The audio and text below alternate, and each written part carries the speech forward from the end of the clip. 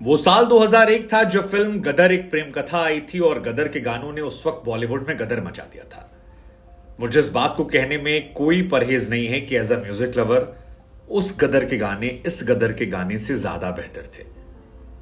शायद इसी वजह से दो गाने इस्तेमाल किए गए। कई और भी गाने थे जो मुझे लगता था कि इस्तेमाल हो सकते थे, जैसे मुसाफिर जाने वाले, कभी फिर ना आने वाले, चलो एक दूसरे को करें रब के हवाले, या हम जुदा हो गए। बहुत सारे गाने ऐसे थे जो और बहुत क्वालिटी सॉन्ग्स थे और मौजूदा गदर के गाने उतने ज्यादा लोगों को याद नहीं है जितने वो वाले याद थे।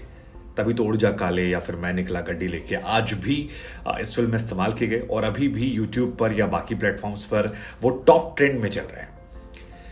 लेकिन जिस म्यूजिक डायरेक्टर ने वो गाने कंपोज किए थे उनका नाम था उत्तम सिंह जी। उत्तराखंड के मूलतः रहने वाले थे। कबाल के म्यूजिक डायरेक्टर आर.डी. बर्मन साहब के साथ, एस.डी. बर्मन साहब के साथ एक वक्त पर वायलिन प्ले करते थे। बाद में खुद के गाने कंपोज करने शुरू किए। दिल तो पागल है उन्हीं की थी, या हम आपके दिल में रहते हैं, तमाम फिल्मों में उन्होंने म्यूजिक दिया था। लेकिन गदर एक प्रेम कथा ने उनकी म्यूजिक को एक नेक्स्ट लेवल दिया था, दिल तो पागल के साथ साथ। अब उन्होंने इस फिल्म के डायरेक्टर पर, इस फिल्म के म्यूजिक कंपोजर पर आरोप लगाए और ये कहा कि यार अगर तुम इतने सालों बाद एक फिल्म बना रहे हो जिसमें मेरे गानों का इस्तेमाल कर रहे हो तो एटलीस्ट मुझे तो इन्फॉर्म करो, लूप में रखो।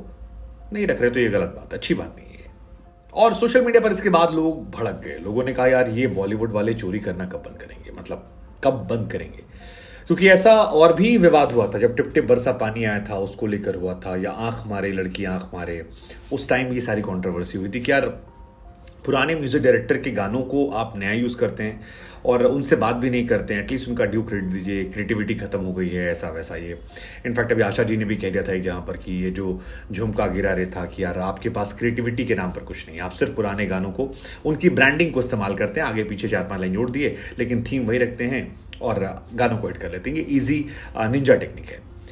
हालांकि जब ये आरोप लग रहे थे तो फिल्म के जो डायरेक्टर मेकर हैं अनिल शर्मा, वो इस बात से कहते नजर आए कि मैं थोड़ा आहत हो गया हूं बिकॉज ये सच नहीं है। वो ये कहते हैं कि यार हमने सारे गाने उत्तम जी को दिखाए थे, मैं नहीं जानता कि उत्तम जी ने ऐसा क्यों कहा, किस लिए वो कह रहे हैं। और गाने टेक्निकली जो हैं वो म्यूज़िक कंपनी के पास होते हैं। म्यूज़िक कंपनी से हमने बात की, म्यूज़िक कंपनी से हमने उनके गाने मांगे क्योंकि एक ही थी तो अलग दिक्कत नहीं हुई। और मेरा और उत्तम जी का रिश्ता जो है वो दिल का है।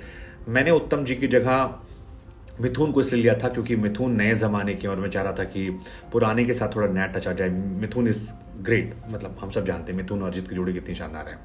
तो उनका था कि मुझे विश्वास नहीं हो रहा था, मैं एक बार उनसे बात करता हूँ, लेकिन जो उन्होंने कहा है वो तो मेरे लिए भी शॉकिंग है। मैं बिलीव नहीं कर पा रहा हूँ कि ऐसा कैसे कह दिया उन्होंने। अब आरोप जो हैं वो अकेले अनिल शर्मा पर तो लगे नहीं, आरोप लग गए मिथुन पर भी। और मिथुन क्योंकि खुद एक म्यूजिकल फैमिली से आते हैं, वो म्यूजिक को लेकर हमेशा एक अपना स्टैंड लेते हैं। पलक मुचल के हस्बैंड हैं, शानदार फिल्में इन्होंने की है, आशिकी, मर्डर 2, उसके बाद आप याद कीजिए हाफ गर्लफ्रेंड में फिर भी तुमको चाहूँगा, या फिर मलंग में कुछ, मलंग में शायद इनका नहीं था। मतलब इन्होंने अच्छे हमारी अधूरी कहानी, बहुत अच्छी फिल्में की हैं। आप जितनी म्यूजिकल रूहानी गाने देखते हैं बीते कुछ सालों में, उसमें इनका बहुत बड़ा रोल है। इन्होंने भी रिएक्ट किया, इन्होंने कहा यार देखो यार टेक्निकली क्या होता है ना, गाने जो होते हैं वो म्यूजिक कंपनी के पास होते हैं। ऐसे में गाने को रिक्रिएट करने के लिए कभी भी ओरिजिनल सिंगर की जरूरत नहीं पड़ती है, ओरिजिनल म्यूजिक डायरेक्टर की जरूरत नहीं पड़ती, क्योंकि कंपनी ने उसे खरीद लिया होता है, पैसे दिए होते हैं म्यूजिक डायरेक्टर को। तो टेक्निकली ये है। लेकिन दूसरा सच ये कि मैं म्यूजिशियन खुद हूं तो मैं इस बात की रिस्पेक्ट करता हूं, और मैंने हमेशा से कहा था अनिल जी से कि आप एक बार उत्तम जी के पास जाइएगा, उन्हें गाने दिखाइएगा, उन्हें बताइएगा कि मैंने पहले ये काम किया है और आपकी लेगेसी को मैं आगे बढ़ा रहा हूँ। और मुझसे ऐसा कहा गया था कि उन्होंने उत्तम जी से बात की है, मेरा काम दिखाया। मुझे तो यहाँ तक बताया गया कि उत्तम जी को मेरे कंपोज के गाने जो हैं वो काफ़ी ज़्यादा अच्छे लग रहे हैं। और अब मैं शॉक्ड हूँ कि ऐसा क्यों हुआ।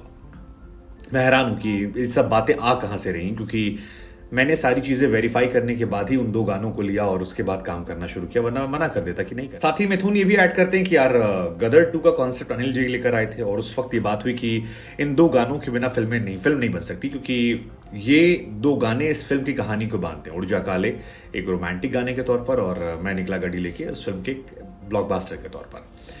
और इसी वजह से जब हमारी सक्सेस पार्टी हुई थी उड़ जा काले को लेकर, तो हमने उत्तम जी को बुलाया भी था। उत्तम जी हालांकि नहीं आए, क्यों नहीं आए मुझे जानकारी नहीं, लेकिन जो कुछ हो रहा है अनफॉर्चुनेट है। उधर उत्तम जी ने एक चैनल को इंटरव्यू दिया, उन्होंने कहा कि फिल्म सक्सेस कर रही है, मैं लोगों के पास काम मांगने नहीं जाता। इट्स ओके, आप किसके साथ काम करें वो आपका अधिकार है, लेकिन अगर आप मेरी बनाई चीज़ को दोबारा से रिक्रिएट कर रहे हैं या दोबारा से उसे एक नया आयाम दे रहे हैं, तो फिर इतना तो रखना चाहिए आपको कर्टसी कि आप मेरे पास आएँ, मुझसे बात करें, मेरे काम को लेकर एक बार मुझसे इजाज़त मांगें कि क्या हम आपके गानों में छेड़छाड़ कर सकते हैं।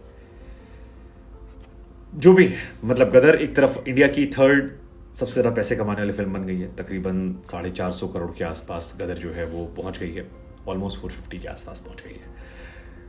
लेकिन उसमें ये कंट्रोवर्सी दो अच्छे म्यूजिक डायरेक्टर्स के बीच में ये अच्छी नहीं है। उत्तम जी भी बहुत महान सिंगर है और मिथुन भी करंट जनरेशन के सबसे खूबसूरत म्यूजिक डायरेक्टर है। मतलब जितने सबसे रूहानी गाने हैं, मैं व्यक्तिगत तौर पर बहुत उन्हें पसंद करता हूँ। हालांकि इस फिल्म में उनके गाने जो हैं मुझे उस लेवल के नहीं लगे जैसे हमारी अधूरी कहानियां बाकी सब में थे, लेकिन still he is one of the best.